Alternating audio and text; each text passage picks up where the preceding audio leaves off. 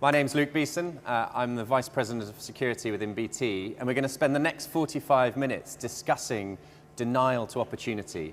And what I mean by that is the fact that security is often seen as a roadblock in our paths of digital transformation, but actually it's our thesis that it can be a real opportunity and a real differentiator. So I'm going to speak for a few minutes just to give you a bit of a flavour as to what we do in BT Security, who we are, and how we secure BT and secure a large number of our customers. And then I'm also going to talk later with a panel who are on stage with me, and they will introduce themselves later on about this denial to opportunity journey. So I don't think any of us would be in this room if we didn't recognize this statement. Most companies who are adopting a digital transformation are stealing a march on their competition, whichever sector that may be in. And there are two things in my mind that are really the catalyst to this. One, of course, as we know very well, is the adoption of cloud-based applications and services from providers outside of our traditional perimeter. The other, of course, more recently, is the increasing adoption of software-defined networks in whatever shape or form that may take. Now, there's one word that's associated with these two catalysts or technology transformations, if you like, which is a massive problem for us in security and for CISOs in your organization. And that word is hybrid. And it's my thesis that hybrid will be around for a long time, whether that be in the cloud domain, the fact that we will still want to sweat the asset we have in our premises, as well as using cloud-based services, or whether that be in the networking domain, the fact that there will be, I think, for a long time, certain applications, certain data sets that you will want to keep on a private wire, on a private network, and you may not want to trust to the internet. The day, of course, will come when perhaps we are completely public cloud orientated and we are completely software-defined network orientated. But I think for many years we will live in a hybrid world. And for security people, that's a problem, because the word hybrid means that we are faced with having to protect a large number of various devices and a large number of various technology network connectivity elements. And that for us is a problem, because what it means for our attackers who are out there to get us, who have business plans, who have support frameworks, who have high levels of investment to make money out of the data sets that we have in our environment, is that they have more windows of different types, more doors of different types, potentially more tunnels that they can use and exploit to get into the environment that we're trying to protect. So the world of the CISO, the world of security is different. And our proposition is that we need to think slightly differently about security. So let me explain.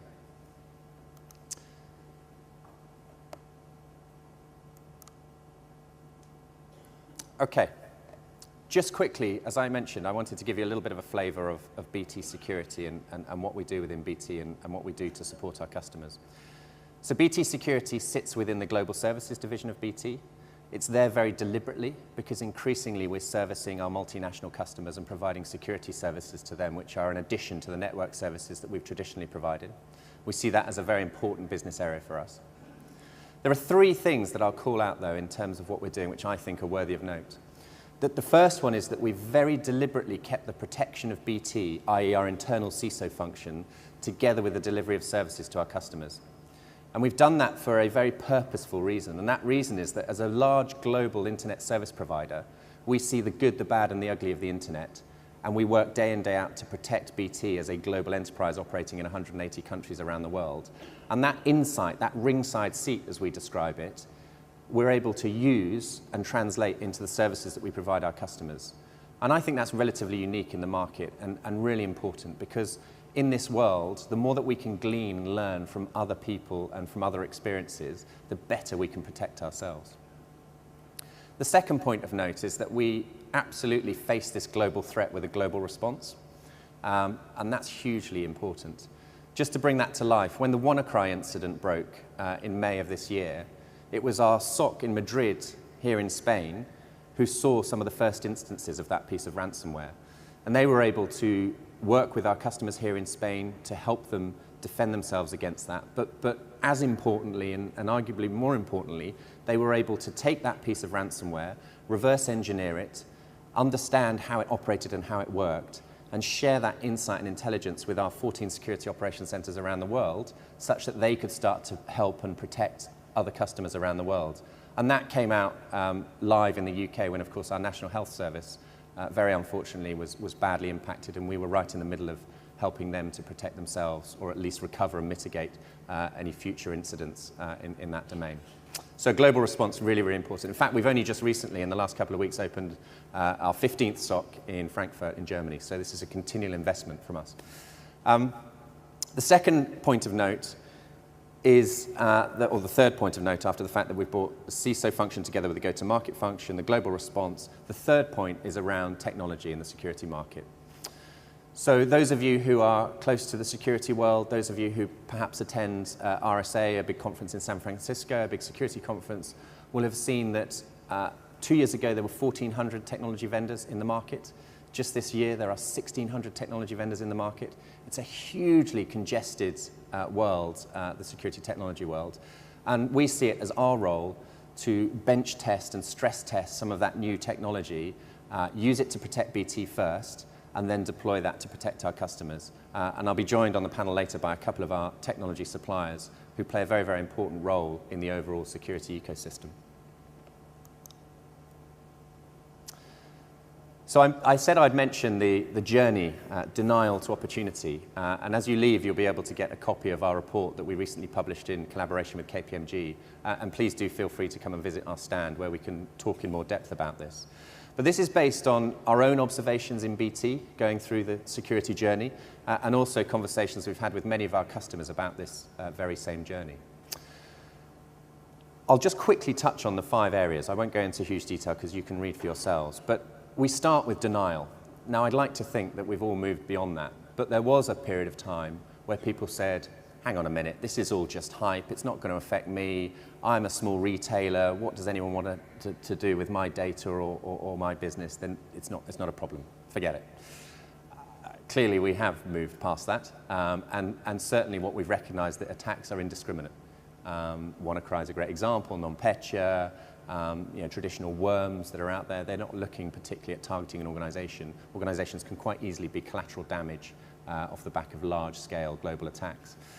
Then we move to the worry phase. So we understand we have a problem, we're worried about it, what do we do? Now the typical response has been maybe to employ a CISO, maybe to build an IT security team, maybe to train the existing network team to become security professionals, and often investment in point security solutions. And as I mentioned, the technology market is very congested. And it's easy to look at some of the latest and greatest cybersecurity technology and say, yep, there's my silver bullet, that's what I'm going to invest in, that's what we're going to put our money behind. And many organizations, and I would include ourselves in that, have done exactly that. So they've invested in a large number of point solutions. And I remember when I started building and running BT cyber defense operations about 6 years ago, we had analysts looking at 17 different screens.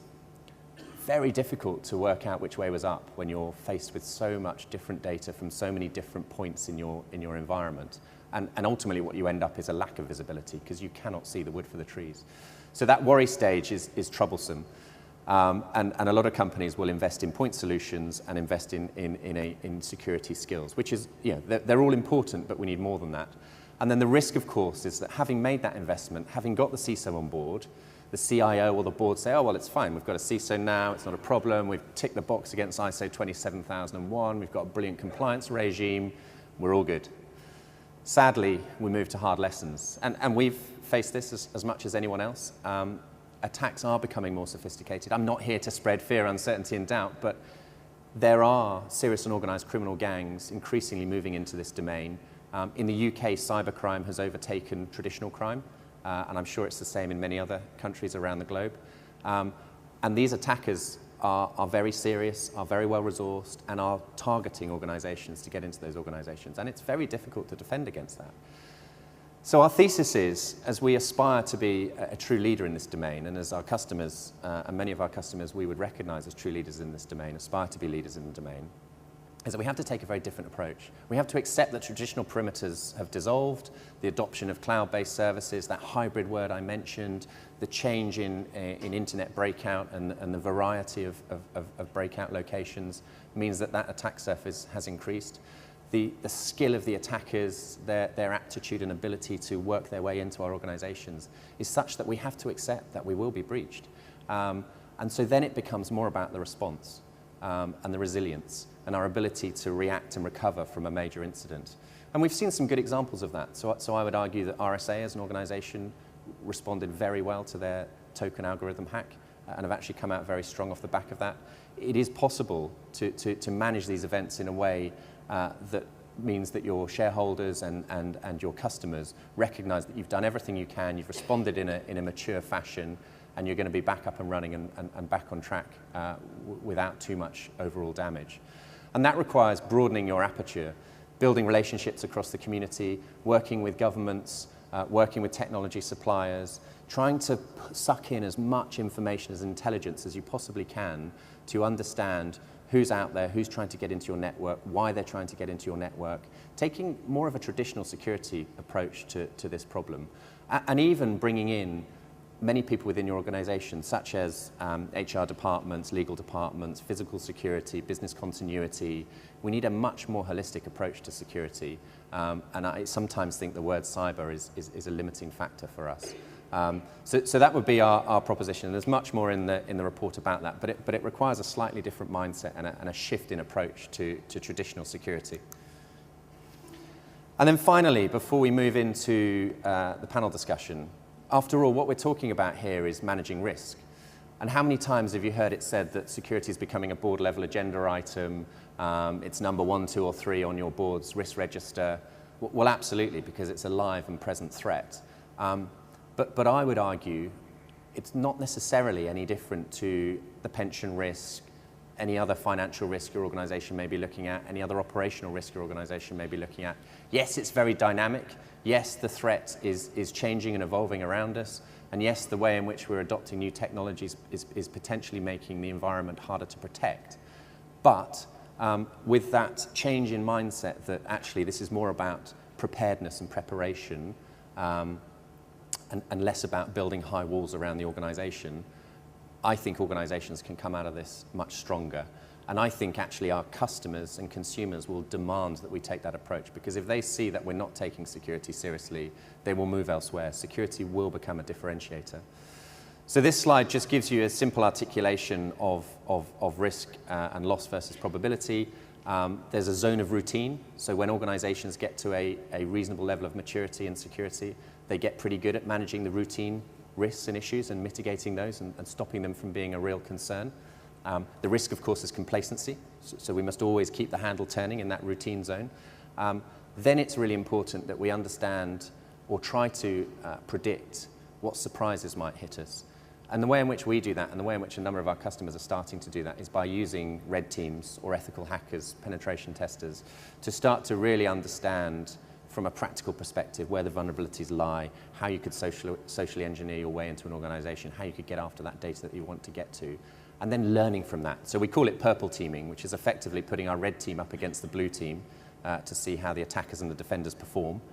And then off the back of that, bringing them together, creating the purple team, where they learn from each other, and then they iterate the defenses off the back of that. So we get better and we learn and we go. Continuous improvement, for want of a better word.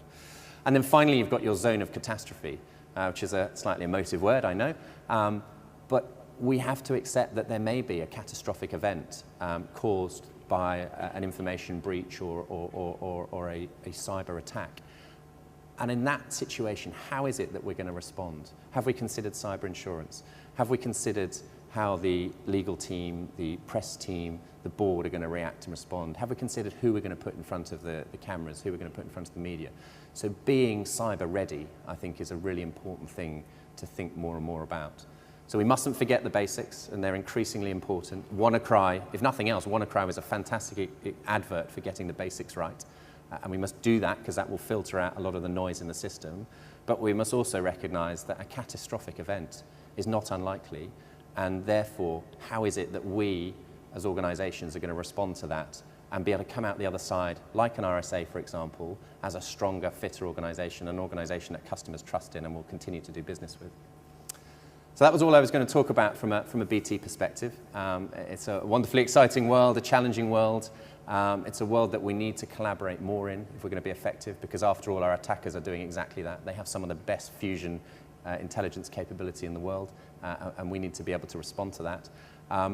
But it's also, I think, a world where we all have an opportunity to differentiate ourselves. And as I've said a couple of times, I think customers will start to look for our security capability, and if they don't see it, I think they'll make purchasing decisions away from our organizations. So that's my proposition. So with that, we will move to the panel discussion. So I'm going to ask each of the panelists, if that's okay, just to introduce themselves.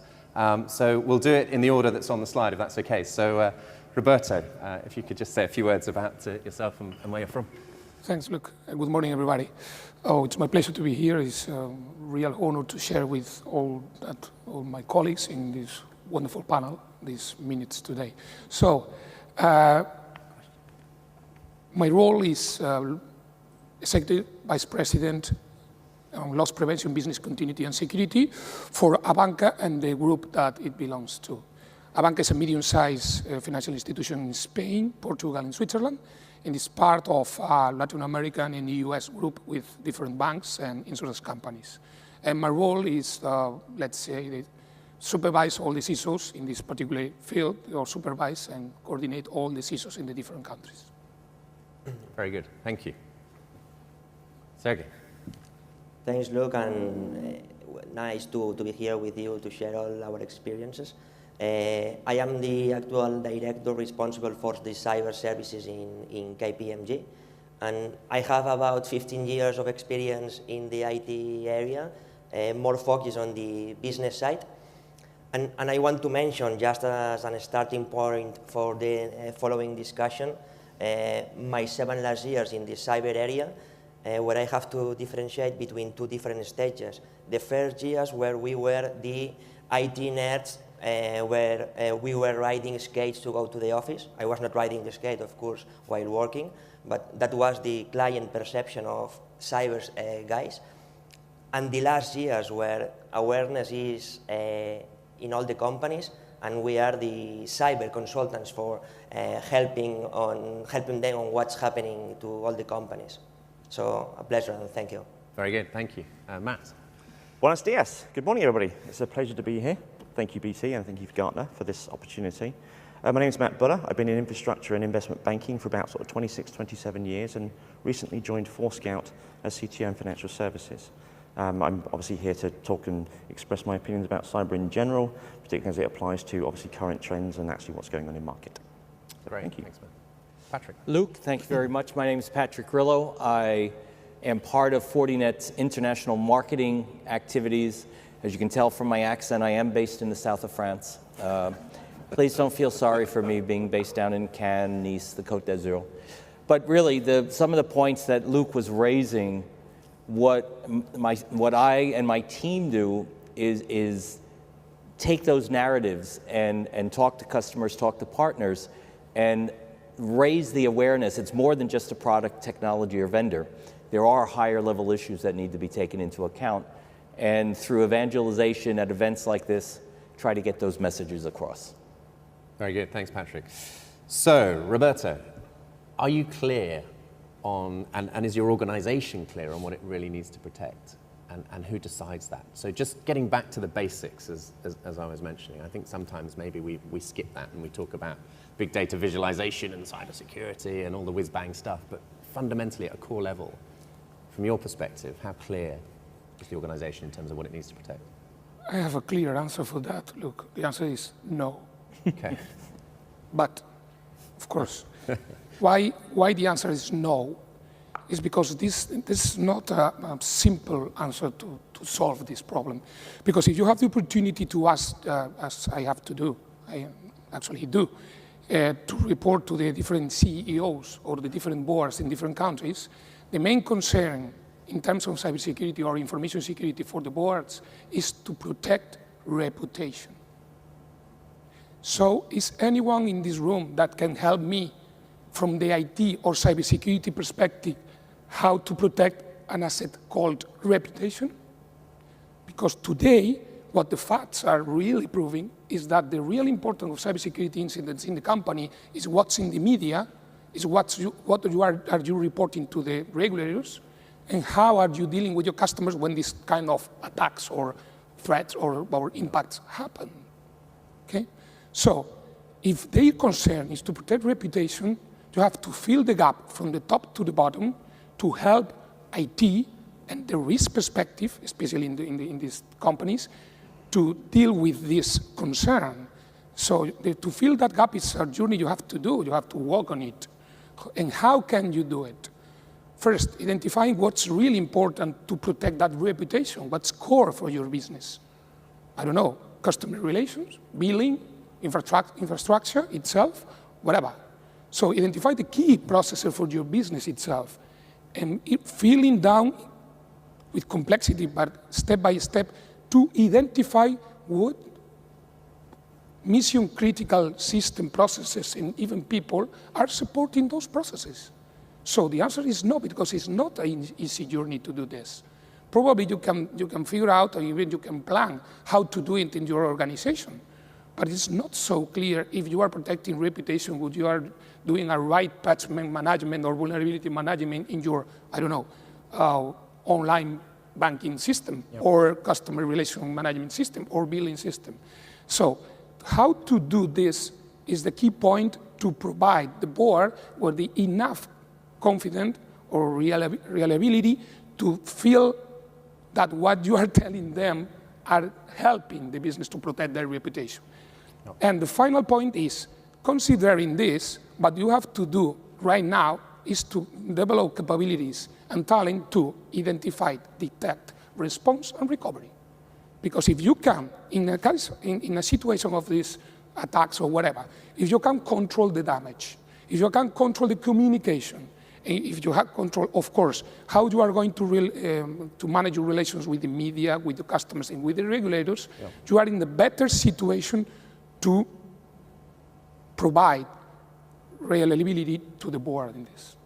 And just to build on that, do Abanca see security as a necessary evil, or do you genuinely see it as an opportunity to differentiate yourselves in the market? Or somewhere in between? Somewhere in between, but most clear to be an opportunity. Why? Because we are a medium-sized bank in Spain, so we cannot compete in terms of volume, in terms of branches. And believe me, branches are dead. I'm sorry. We have to put all our financial sector's delivery systems on IT, on the digital platforms. It's the future of the banking system. So how can we translate our first level of defense and our second level of defense based on physical interaction, based on people, talent, and intellect to the systems?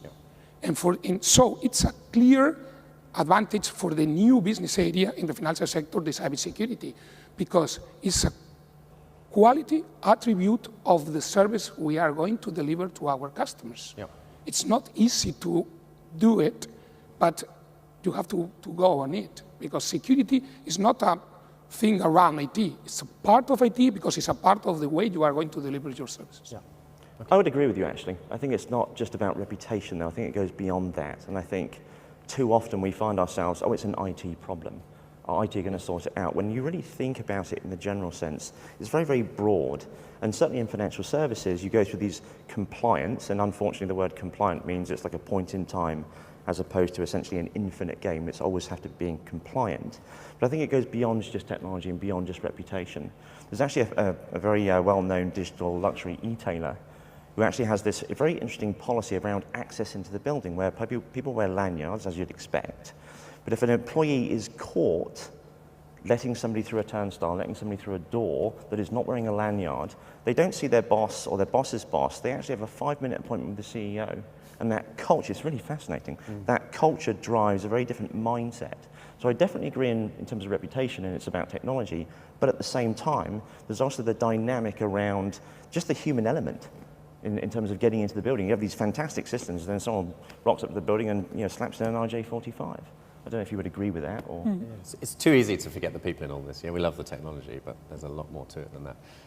Having said all that, coming back to technology, Patrick, and the point around hybrid, and particularly in the networking world, I mean, clearly Fortinet are at the forefront of software-defined networking, virtual network functionalization from a security perspective. That's correct.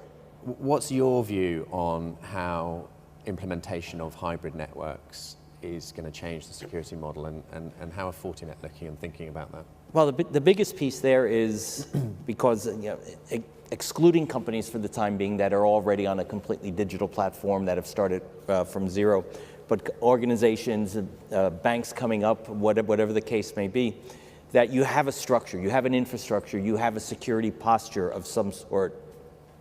The question, you want to embrace these new technologies, regardless of what type of cloud or what type of hybrid environment, because they're adding value to your business, okay? So the question is, yes, I can take advantage of those, but am I cognizant of the risk associated with that? If I am, then I can look at how can I take the posture I have today and extend it seamlessly into that new hybrid environment. And that's the approach that Fortinet is taking, is that we work with a number of different providers, number of different schemes on how to do this, and it's incumbent upon us to make sure we work within their systems, meeting their requirements, making sure the security can be brought over that way, rather than, well, this is the way we do it, and it's the only way we do it. So it's all about flexibility. Yeah, okay. And I think there's a challenge, obviously, with going digital. I'm sure everyone's in the room has heard of this quote, and that is 15 years ago, in the last 15 years, 50% of Fortune 500 companies are gone, they're dead, because they couldn't embrace digital. And of course, now with the challenge of cyber and all these other things, we've got this challenge in going to digital. I think it will always be hybrid. It will be hybrid indefinitely, as long as your business is reliant on certain types of technology to differentiate itself in market. So I'd agree with you in the general sense, but there's also just the continual hybrid challenge as part of it.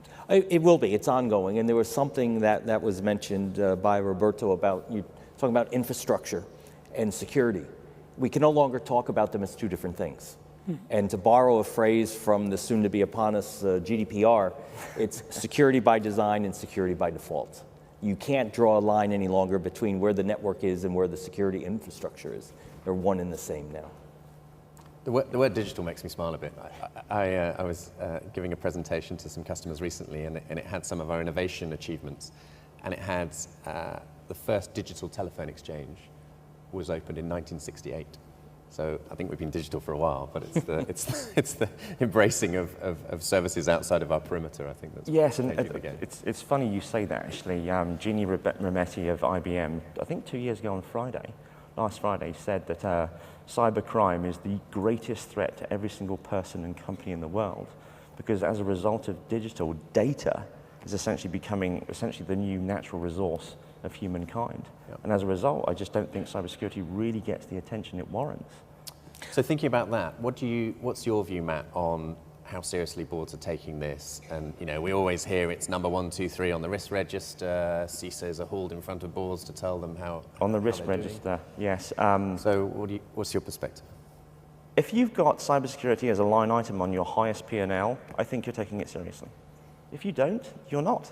If cybersecurity is basically within your IT spend or your OT spend, you're not really giving it the attention it deserves. And if you think about it, it's not really known generally just across the planet. You can speak to a young child and they might have heard of cloud computing, they might have heard of big data, but when you talk about things like spear phishing and encryption and cybersecurity, it's just a wash.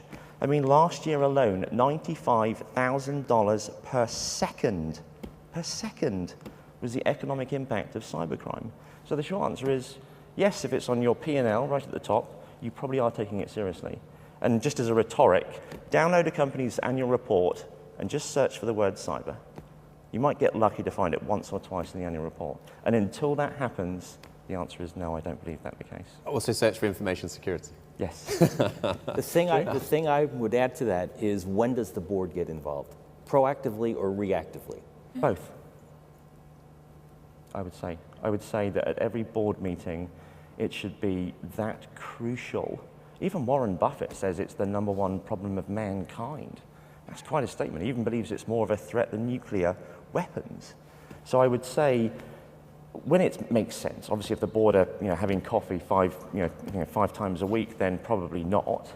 But I would say with every board meeting, cybersecurity should be treated as a parallel to IT and OT. It should be, but the question is it? Is it only reactive?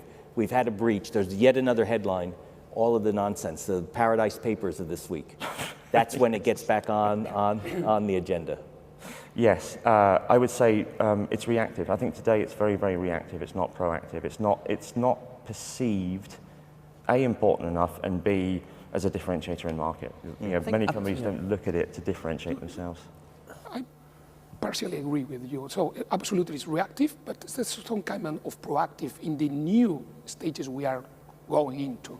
Because we're talking, for example, right now on digital onboarding, video onboarding, whatever, new channels, doing new things in the channels we have never been in terms of financial sector, for example, to make money transactions through Facebook or Twitter. So have never seen before, or enrolling customers without having there in front of our people, just absolutely remotely. So we can proceed in that with the security by design because it's brand new. But there's here a big issue that is reactive in the highly, I don't know if I can say it correctly, okay, is to do the right things we didn't do in the past today. I mean, solve all the problems our legacy technology has in terms of security because we didn't pay enough attention in the past to do this. And today the problem with, for example, with the CFOs, with the financial chief officers to the companies is, oh, okay, this is the budget for build the business. That is crucial in terms of IT today and to build a new digital transformation and whatever. This is the budget to build the business. How much of this budget is going to be reduced to sanitize our IT? Today is a balance difficult to work on because the CEO is claiming is really interested in to build a new business, to build the new capabilities on digital. So to keep some of the money apart, to sanitize something that is going to, the day after, to finish that project, the bank would be exactly, or the company is going to be exactly the same that the day before. Maybe safer, or maybe better ready to resist a possible impact in the future. So it's reactive, proactive, but the balance today in how much effort and money we're going to dedicate to build the business in spite of running the business is a key point for service. Yeah, I think the other thing, I think there's an onus on us as security professionals to make it real. And I think there's too much, you know, it's the biggest threat after nuclear weapons, it's the end of mankind. And it's not, I mean, it's not a personal thing, but those points are, you know, at a national nation-state level may be very valid, but bringing it down to what does it really mean for our organizations and doing that through live exercises. And, you know, I talked about cyber preparedness. We've spent a lot of time, and I know a number of our customers do, just taking the board through what could really happen. So pick an area of your business that is vulnerable potentially and just demonstrate the catastrophic impact of a really meaningful attack and what that would look like.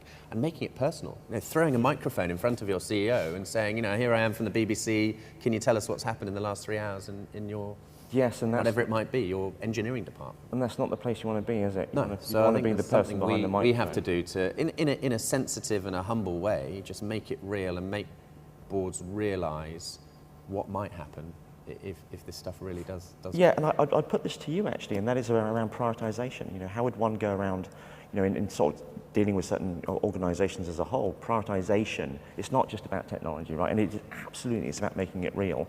But I don't think organisations really understand what their risk scenario is. Obviously, they understand it possibly from a financial point of view, but to really understand, okay, what are my scenarios of risk, and how does that sort of relate to what I need to do next? I think we have to differentiate between financial services than the rest.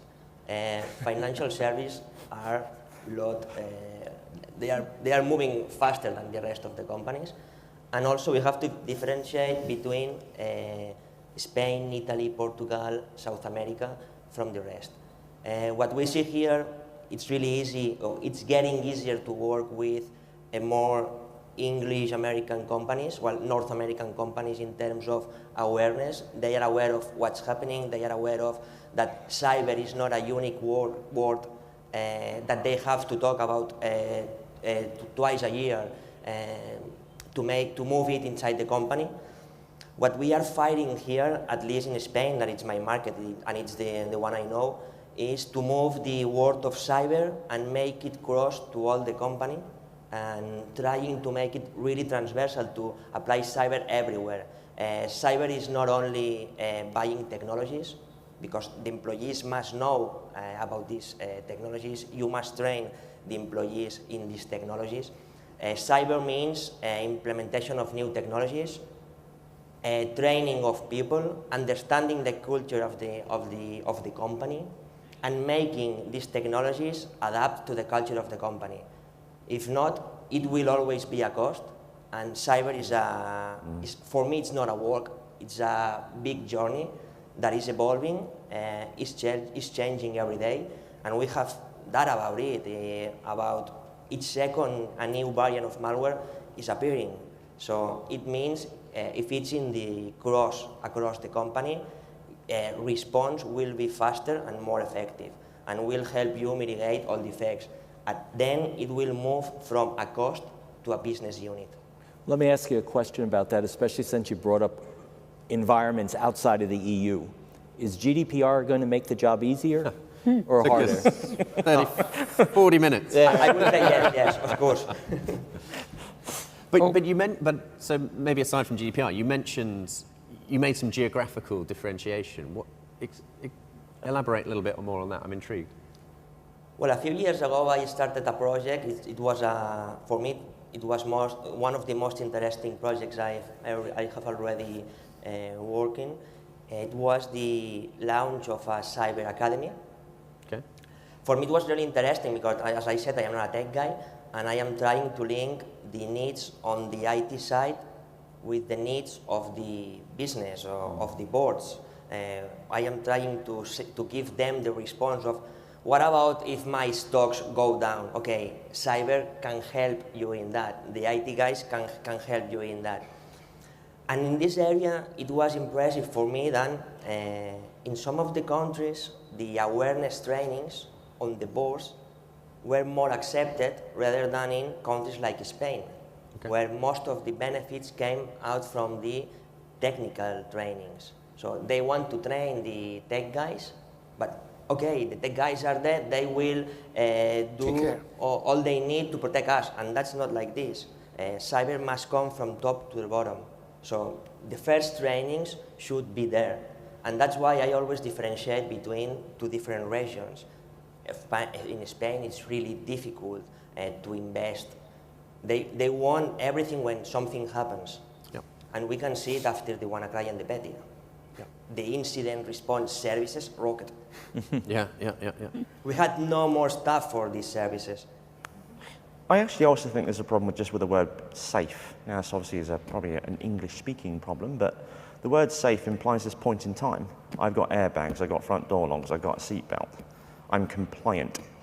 And I think that word doesn't imply a sense of it's continuous, it's not a journey. So when you touched on education and training, often it's, oh, well, our staff are trained. Well, they're not, they're trained for a period of time, but they're not trained indefinitely. And I think there needs to be a mind shift and a cultural change in the way in which we think about training staff. Obviously, people are the first part of people, process, and tooling.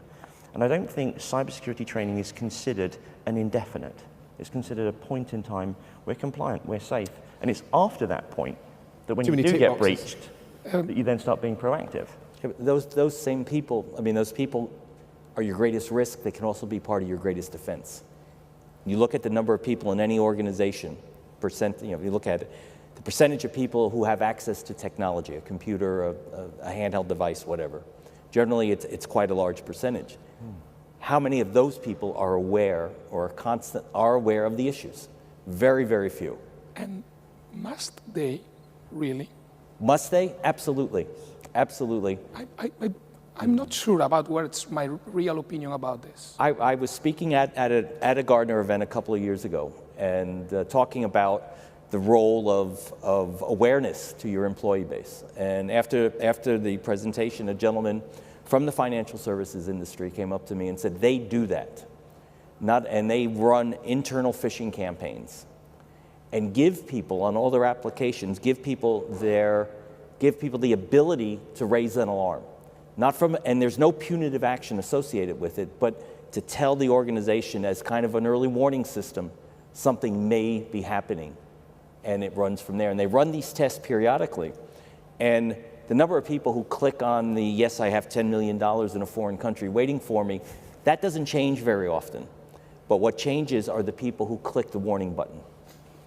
It's the awareness that drives it. Roberto, what's your... I agree. I think awareness is I very recognize the point, absolutely, but considering that the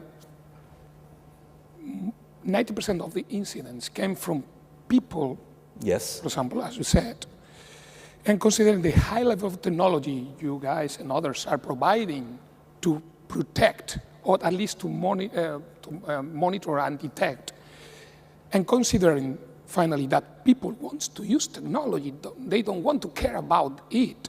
I'm not sure, and I'm changing my mind about if finally people must be concerned and they have so high levels of awareness. Don't click here, suspect the URL, whatever and ever. People, today's point of contact between people and technology is the thumb. And the people as employee coming outside of the company, using the mobile to interact with the rest of the world digitally, coming into the company, they want to do something similar, to do their jobs, to do their work easily, fast, and accurate. So they expect technology help them to have a better life and a better work. And if security is part of IT, why? Do you know what is my point in this? So because awareness finally, it doesn't work. It doesn't work really because, again, the 90% of it comes from people. So, for example, you mentioned GDPR. Yes. Okay? It's a key point for all the companies because we have to ask for a specific permission to do things with the data the customers provide us. But all of us here, as soon as Google, Apple, Facebook, LinkedIn, Twitter shows in their platforms the new GDPR-enabled permissions, we're going to say yes, yes, yes, yes, yes, without reading anything. Yeah, but this time you got to read them first before going. Because we want to use that platforms and that technology. So all the policies to train people and all the information we send to our employees to say, take care, be careful, whatever. And the people don't care really because they want to use the technology the company is providing them to make their jobs. So, But it's a balance, right? It's a balance between the general education across the firm and then obviously the point solutions and basically your portfolio of cyber defense, both proactive and reactive. So I think there's just a general awareness because yes, people are the weakest link naturally. I understand that. But at the same time, yes, technology can prevail, but fundamentally, if there isn't just the basic understanding of cybersecurity at the basic level. Okay, so we're pretty much there on time. So I'm just going to give each of you an opportunity. So in a couple of sentences, please, what do you think, given the hybrid world that we're now in and will be in for a long period of time, what do you think are the key areas that organizations should focus on to make sure that security is effective and potentially a differentiator? So, Sergey. Well, I don't think there is a key area for cybersecurity. As I said, cybersecurity is in the company. So it's, for me, I think the most and the ideal world would be companies to understand what's happening, to understand that employees are not employees when they are leaving the office and they have a personal life, and most of the attacks, as Roberto said, 90% starts in the employees, but from this 90%, mostly the 80% come out from the perimeter of the company for employees' actions outside this perimeter, like tweets, pictures in Facebook, whatever. So in my opinion, the key targets in the companies are the boards, the employees, the bank of technologies used for each of the key assets of the company, and the most important thing, the security officer is not the one that has to decide which are the key assets. Yeah, that's your point. The security officer must be on the board to understand what are the key assets in the companies, to define together with the board what is cyber and what will be the future cyber. We don't know, but that's the ideal thing. Security officers up, understand the business, and cyber will be the business, not a unique word. Okay, thank you. Roberto? Very briefly, I think the cybersecurity posture, the CISOs must have more independence from IT, from the CIO. That could be not political right here, but I think it's my opinion, okay? More independence. They have to have a deep relation with operational risk. Operational risk, I mean bigger whole company operational risk management, and identify and fill the gap between what is critical mission systems, and help to fill the gap between those mission critical systems with the critical business processes. Working with wherever. Get out of the comfort zone and take part of your time dealing with focus on the business. Thank you. Matt? My recommendations would be just 3 points. First point, maintain a perpetual education and awareness program with your employees and use trusted advisors like, for example, BT. Point 2, get visibility. I bet there's no one in the room that could tell me down to the exact single server how many servers they've got. Oh, it's about 24,000.